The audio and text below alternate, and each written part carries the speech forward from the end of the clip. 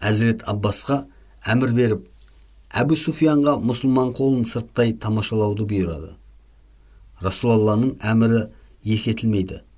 Биік төбенің басына шығып, мұжахидтер армиясына көз тіккен Әбу Суфиян құж-құж қайнаған, сауыт сайман сайланған сарбаздарға қарап басын шайқай береді. Өлім тұзағынан бір емес, бірнеше рет Алланың көмегімен құтылған Мұхаммедтің саллаллаху алейхи вассалам аз уақыт ішінде 10 мыңдаған адамды соңынан ертуінің сыры неде? Бір кездері оған тіс қайрап, қалайда қолға түсіруге ұмтылғандар бүгінде оның жолында жандарын беруге дайыр. Жарыққа жанын пида етер пәруана дерсің әрбіреуін. Сарбаздар сап-сап болып көз алдынан өтіп жатты. Ақыры Расулалла бастаған, бастан аяққа қаруланған топ келе жатты. Байрақ ансар мұсылман Сағд ибн Убадада. Әбу Суфиян көзін айырмаған күйі, «Субханаллах, бұлар кім ва Аббас?» деді үрейін жасыра алмай қалшылдап. Әзірет Аббас, «Расулалла ғой бұл». Айналасындағылар ансарлар мен мұхажирлер. Әбу Суфиян бұл жауапты естігенде тіпті дірілдеп кетті. Бауырымның ұлына расында да керемет салтанат берілген екен. Мұндай кереметті бұрын соңды көрсем көзім шықсын деп қарғанды. Әзірет Аббас, «Салтанат емес, пайғамбарлық де» деп түзетті. Иә, пайғамбарлық. Дәл солай. Мұхаммедтің саллаллаху алейхи вассалам пайғамбар екенін мойындадым. Мұншалық әскер жамағатын еш жерде бірде-бір билеушінің қарамағында көрген емеспін, деді тағы да Әбу Суфиян. Иман нұрына басы айналып, ислам шұғыласы көзін ғана емес, көңілін де шағылыстырған бір кездегі дұшман Әбу Суфиян меккелік мүшіріктерге үгіт жасап, мұжахидтерге қарсыласудың әурешілік екенін жеткізуге асығып Меккеге қайтты. Пайғамбарымыз Меккеге кірерде армияны төртке бөлді. Оң қанатты Сайфуллах, яғни Алланың қылышы атанған Әзірет Халид ибн Валид, сол қанатты Әзірет Зүбәйр ибн Ауам басқарады. Оң қанаттағылар Меккеге төменгі жақтан, ал Зүбәйр қолы жоғары тараптан кіретін болып белгіленеді. Үшінші бөлікті Әзірет Сағд ибн Убада бастап кіреді. Ал жаяу әскерлерді Әзірет Әбу Убайда ибн Жаррах бастап, шаһардың үстіңгі жағынан енетін болды. Соңғы бұйрық, өздері қарсыласып шабуылдамаса, ешкіммен айқаспау. Жан баласына қол көтермеу, өлтірмеу. Сөйтіп, Рамазанның 13-і жұма күні таң ағарып атқан заматта ислам әскерлері Меккеге кірді. Пайғамбарымыз кәсуаға мінген, айналасын салмақты жүзбен сүзіп, Фәтх сүресін оқып келеді. Сахабаларының көңіл күйі көтеріңкі. Күлімсіреп, шаттана қарайды бір-біріне. Жүздерінен тәлімсу, үлкен жеңіске қол жеткізгені үшін өзгені менсінбеу емес, керісінше нәпсісін тыйып, өзгелерге де шаттық сыйлауға деген ұмтылыс байқалады. Мұжахидтер пайғамбарымыздың әміріне басып, ұрыссыз шайқассыз қалаға кірді. Бірақ күтпеген жерден Халид ибн Валидтің қолына Икрима ибн Әбу Жахил мен Сафуан ибн Умайя бастаған мүшіріктер оқ жаудырды. Әуелде қарсылық бермей, шыдас көрсеткенмен Құрайыштың тоқтатар түрі байқалмаған соң, Халид ибн Валид әскері де оларға оқ атты. Ақыр мүшіріктер қашып тынды. 2 мұсылман шейіт болып, 13 мүшірік өлтірілді. Алла Расулына болған жайт дереу хабарланды. Мұнан өзге қанаттағылардан оқ атылған жоқ. Пайғамбарымыз Қағбада. Ансар мен мұхажирлердің ортасында кәсуаға мінген Әзірет Мұхаммед саллаллаху алейхи вассалам Қағбаға қарай жақындады. Ең алғаш исламды уағыздай бастаған күн мен бүгінгі үлкен жеңіске жеткен күні арасында зәредейде айырмашылық жоқ. Жалғыз өзі иман келтірген сәттегі кішіпейілділігі мен мейірімділігі 10 мыңдаған мұсылмандардың жүрегіне жол тапқанда да сол күйі. Аллаға мадақ айтып, халіне шүкіршілік еткен. Ол Аллаху Акбар деп тәкбір айтқанда, мұсылмандар оны қолдап әкетті. Тау-тас, айнала, табиғат осынау қасиетті тіркесті жаңғырықтыра қайталап, 10 мың сарбаздың үніне үн қосты. Мұхаммед саллаллаху алейхи вассалам бастаған сахабалар Қағбаны айналып тәубе ете бастады. Айналған сайын қолдарындағы асаларын қара тасқа тигізіп, истилам ғибадатын жасады. 7 рет тәубе еткен соң, пайғамбарымыз Ибрахимнің орны деп аталатын жерде 2 ракат намаз оқыды. Соңыра Зәмзәм құдығынан су ішіп, сол жерден дәрет алды да Сафа төбесіне шығып, Аллаға дұға қылды. Расулалла қажылық ғибадатының шарттарын орындап жүрген сәтте, мәдиналық мұсылмандардың бір тобы оған сырттай сүйсіне қарап тұрған. Кейбіреулері, Алла елшісі саллаллаху алейхи вассалам Алланың нәсібімен атамекенін түгелдей қол астына алды, енді кіндік қаны тамған жерде қалып қоюы мүмкін ау деген күдікті ойларына бүгіп қалмай өзара күбірлесіп кетті. Сафа төбесінде мінәжат қылып отырған пайғамбарымыз олардың мұнысын байқамай қалған жоқ, әрине. Дұғасын аяқтаған соң, мәдиналықтарға жақын келіп, ненің мәнісін ұға алмай тұрғандықтарын бірнеше рет сұрады. Мәдиналық мұсылмандар іштеріндегі күдікті ойларын айтуға жасқанып, тартыншақтай берген. Сол кезде құдіретті Алла сүйікті Расулына уахи түсіріп, ансардың күмәнді күбірінен хабар береді. Пайғамбарымыз мән жайға қаныққан соң, қобалжып, қорықпай қойыңыздар. Мен өлсемде, қалсамда сіздермен біргемін, деп жауап берді. Ансарлар дереу өз ойларынан айнығандықтарын білдіріп, бәйек болады. Пайғамбарымыз Қағбаны тәуіп етіп жүргенде, Әбу Суфиян сол маңда нәпсісімен, шайтанмен әлі де шарпысып отырған. Бір ара осы Мұхаммедке саллаллаху алейхи вассалам қарсы әскер жинап тағы бір рет шайқасып көрсем қайтер екен деген арам ойдың санасында қылтиған сол еді пайғамбарымыздың. Онда Алла сені оңдырмайды деген дауысынан селк ете қалды. Әзірет Мұхаммедтің пайғамбарлығын тағы да мойындап, тәубе етіп Аллаға жалбарынды. Әзірет Біләлдің азаны. Бесін намазының уақыты болғанда, пайғамбарымыз Әзірет Біләл Хабашиға Қағбаның үстіне шығып, азан шақыруға бұйырады. Әзірет Біләлдің «Ашхаду ан ла илаха иллаллах» дегенде жер мен көкті тебіренткен дауысын естігенде, Мекке мүшіріктері іштей мұхалғандай күй кешеді. Иманды көңілдер масайрап, тәтті таухид лебізіне сүйсіне құлақ қойғанмен, имансыздар әлі де кеудем соқтанып бағады. Әбу Суфиян, Харис ибн Хишам мен Аттаб ибн Әсид сынды Құрайштардың кілең сен тұр, мен атайындары өзара әңгімелесіп тұрып, Біләлге тіл тигізеді. Аттаб ішін қыж-қыж қайнатқан қызғаныш пен ашуды жеңе алмай, осы күнді көр алмай көрге кірген әкем Әсид неткен бақыт деді десе, Харис, Мұхаммед саллаллаху алейхи вассалам осы қара қарғадан басқа азан айттырар адам таба алмады мекен деп мұрнын шүйіреді.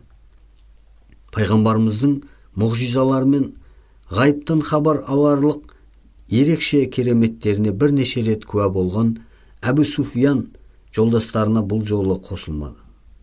Менің айтарым жоқ. Не айтсам да тау, тас, тіпті құм түйіршігінің өзі Мұхаммедке жеткізеді деп басын ала қашты. Шынында да солай болды. Алла елшісі Мұхаммед саллаллаху алейхи вассалам біраздан соң оларға жақын келіп, айтқандарын айна қатесіз тізгенде, Аттаб пен Харис шалқасынан түсе жаздады. Бұған дейінде талай кереметтеріне куә болғанмен, мойындары жар бермей жүрген екі мүшіріктің мұсылмандықты мойындағаннан басқа амалы қалмап еді. Пайғамбарымыз Осман ибн Талханы шақыртып, Қағбаның есігін ашуын өтінді. Осман ибн Талханың отбасы Қағбаның кілтін қолдарында ұстайтын. Османның шешесі кілтті бергісі келмесе де, ұлы тас табандап отырып, ақыры алады. Қағбаның есігі ашылып, Әзірет Мұхаммедпен саллаллаху алейхи вассалам бірге Әзірет Біләл, Әзірет Усама ибн Зайд және Әзірет Осман ибн Талха ішкері кіреді. Пайғамбарымыз Қағбаның ішіндегі пұттарды, тастан, ағаштан ойылып соғылған құдайларды көргенде қайта-қайта тәубесін айтып, сахабаларына қасиетті мекенді жасанды шірк символдарынан тазарту қажеттігін бұйырады. Бұл істің кезек күттірмейтін міндет екенін, ол сонымен қатар ақиқат хақтын келді, жалған құдайлар мен діндер ізін қайым жоғалды, шүбәсіз жалған баянсыз келеді деп айт деген Исра сүресінің 81 аятын оқып тұрып, қолындағы асасымен әр пұтты меңзеп білдірді. Таяғы тигендей тас құдайлар жерге гүрс-гүрс құлап жатты. Алла Расулы саллаллаху алейхи вассалам кейін Қағбаның алдында құтпа оқи бастады. Халық сілтідей тынып құлақ түрген. Алладан басқа тәңір жоқ, ол жалғыз, серіксіз, ол уәдесін орындап, құлына жәрдемдесті. Дұшпандарына жеңіліс тапқызды. Надандық кезеңінде мақтанба себеп болған бар нәрсе бүгін аяққа тапталып, келмеске кеткенін білгейсіздер. Күллі адамзат баласы адам атадан, адам ата топырақтан жаратылған. Ва адамдар, шүбәсіз сендерді бір ер мен бір әйелден жараттық. Сондай-ақ сендерді бір-біріңмен танысып, табысуларың, һәм біріңе бірің қамқоршы дос болып, өзара жәрдемдесіп, тату-тәтті өмір сүрулерің әрі жер бетін көркейтулерің үшін сан алуан ұлыстар мен руларға бөлдік. Біле білсеңдер, Алланың алдындағы ең ардақтыларың, ең тақуаларың, яғни Аллаға тағзым етуде, иман келтіруде, әрі мойынсынуда ең алда болғандарың. Шүбәсіз Алла әлим, барлық нәрсені соның ішінде сендердің жай күйлеріңді һәм не істеп, не қойып жүргендеріңді толық білуші. Хабир, бәрінен толық хабардар болушы. Хужурат сүресі 13 аят. Ва Құрайш жамағаты, сендерге қалай қарым-қатынас жасайды деп ойлайсыздар, деп халыққа қарады. Жиналғандар бір ауыздан, сен жақсылыққа құштар бауырымызсың, жомарт әрі жайсаң ағайынымыздың ұрпағысың. Бізге тек жақсылық жасайтынына сенеміз деді. Алла Расулы, мені мен сіздердің араларыңыздағы үкім Юсуф пайғамбар мен бауырларының арасындағыдай болмақ. Юсуф пайғамбар бауырларына, сендерге бүгіннен бастап айып кінә тағылмайды. Алла сендердің артық кем тұстарыңды кешіріп, есіркесін. Ол қайырымдылардың қайырымдысы. Юсуф сүресі 92 аят. Деген еді сол күні. Мен де соны қайталаймын. Енді бара берулеріңізге болады, бәріңізге де еркіндік деді. Кешірімнің ең дұрысы биліктің бишігі қолға түскенде кешіре білу, ал жақсылықтың ең ізгісі жамандыққа қарсы жасалғаны. Қайырымдылықтың да ең үстемі өзіңе зұлымдық жасағандарға рахымды болу. Парасат пайғамбары жоғарыдағы жағдайда тағы да игілікті жаршысы екенін паш етті. Өйткені ол Алладан, «Уа Мұхаммед, сен сонда да кешірімді бол, жақсылықты бұйыр, сауапты һәм пайдалы істер істе. Ондай надандардан сырт айнал, олардың қылықтары мен сөздерін көңіліңе алма. Наданмен надан болма». Ағраф сүресі 199 аятта. Деген ғибрат алған еді. Ұлық болсаң кішік бол дейтін халық даналығы да осыған меңземей ме? Құрайштар Әзірет Мұхаммедтің алдына қаздай тізілген. Бір кездердегі сен тұр мен атайын, мықтылықтың ізі де қалмаған. Бәрі пұшайман қалде. Алла елшісі дәл осы күйлерінде тірі жан қалдырмай өлтіремін десе де, бір кездердегі жөн жосықсыз зұлымдықтарын беттеріне басып, құлақ кесті құл етемін десе де, жиған тергендерін түк қалдырмай сыпырып алып қаладан қуып шығамын десе де, бәріне көндіккен. Алайда, осынау әлемге рахымдылықтың символы ретінде жаратылып, жіберілген Мұхаммед саллаллаху алейхи вассалам мұның бірде-бірін жасаған жоқ. Оның бар мақсаты көңілдерге иман нәрін егу еді. Жақсылыққа жақсылық әр адамның қолының, ал жамандыққа жақсылық тек ер адамның қолынан келері ақиқат. Өткенді өшіріп, қиянат жасағанға қошамет көрсетуді пайғамбарымыз асыл мұратына қызмет деп білді. Расулалланың кешірімділігі, мейірімділігі мен дос көңілі Құрайыштың жүректеріндегі тас метін кекті ерітіп, дұшпандық сезімдерін әп-сәтте сүйіспеншілікке айналдырды. Мұнда әрине Алланың нәсібі бар екені рас. Дегенмен Расулалланың тәлімгерлік тәсілінде жоққа шығара алмаймыз. Осылайша адамзат тарихы рухтар мен көзқарастың теңдессіз төңкерісіне тұңғыш рет куә болды. Сөйтіп, Арабстан мүшриктерінің кіндік қаласы Меккеде мұсылмандар мекеніне айналды. Ислам діні тереңге тамыр жая түсті. Меккедегі жеңіс мүминдерге үлкен серпіліс, мызғымас күш ала келді. Пайғамбарымыздың екінші құтбасы. Мекке алынғалы екінші күн, бесін намазынан соң, Әзірет Мұхаммед саллаллаху алейхи ва саллям Қағбаның есігі алдындағы баспалдаққа шығып, бисмиллахпен сөз бастады. О халайық, Алла жер мен көкті, күн мен айды жаратқан күні Меккені харамдардан аластағаны шүбәсіз. Қиямет қайымға дейін бұл қала қайырлы, берекелі болып қала бермек. Аллаға, ақиретке сенетін адам үшін Мекке маңында қан төгу, ағаш кесу, арам іске қол бұлғау. Меккеде қан төгіс жасауға маған дейінде, менен кейінде ешкімге рұқсат етілмейді. Осы айтылғандарды естігендер, естімегендерді құлағдар қылсын. Мұнан бұлай кімде-кім біреуді өлтірер болса, өлген кісінің отбасы қандықол жауызды қысас ретінде қанға қан, жанға жан өлтіруге немесе өлген кісінің құнын талап етуге құқылы. Алланың алдында адамдардың ең азғыны, Алла қасиетті санаған жерде адам қанын мойнына жүктеген жауыз. Надандық дәуірінен қалған атам заманғы өшпенділікпен адам өлтіруші. Исламда туысқандық әкенің шежіресімен белгіленеді. Дүниеге келген сәби төсектің иесінікі. Мұнан бұлай надандық дәуіріндегі келісімдер күшін жояды. Меккенің алынуынан соң хижретте болмайды. Бірақ жихад, Алла жолында шайқас, жихадқа ниет етуге болады. Мұсылман мұсылманға бауыр. Бүкіл мұсылмандар бір-біріне дос. Мұсылмандар бір жағадан бас, бір жеңінен қол шығарып дұшпанға қарсы тұрады. Исламда махирсіз үйленуге тыйым салынады. Әйел қыз әкесінің әпке қарындасы мен шешесінің әпке сіңілісінің күйеуімен некелесе алмайды. Күйеуінің рұқсатынсыз әйел қожайынның мал мүлкін біреуге бере алмайды. Бұған қатаң тыйым салынады. Әйел затының қасында әкесі, күйеуі, аға не інісі, әкесінің не шешесінің еркек бауырлары болмаса, 3 күндік жолға шығуына рұқсат жоқ.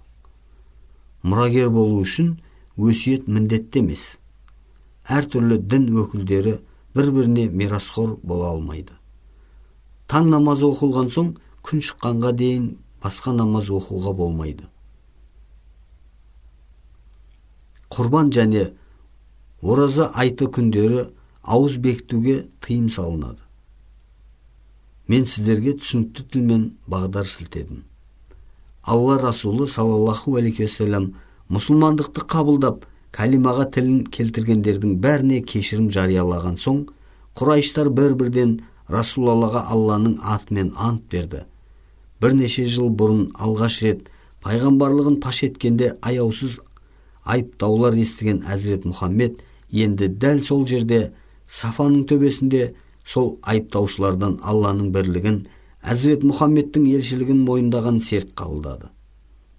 Алдымен ерлер, сонан соң әйелдер қауымы Аллаға ортақ қоспауға, ұрлық жасамауға, қыз балаларын өлтірмеуге, зинақорлықтан сақтанып, ар-намысты қорғауға, тек жақсылыққа ұмтылуға, ислами принциптермен өмір сүруге уәде берді. Меккеде мереке. Шірк шіріп, таухид нұры шартарапты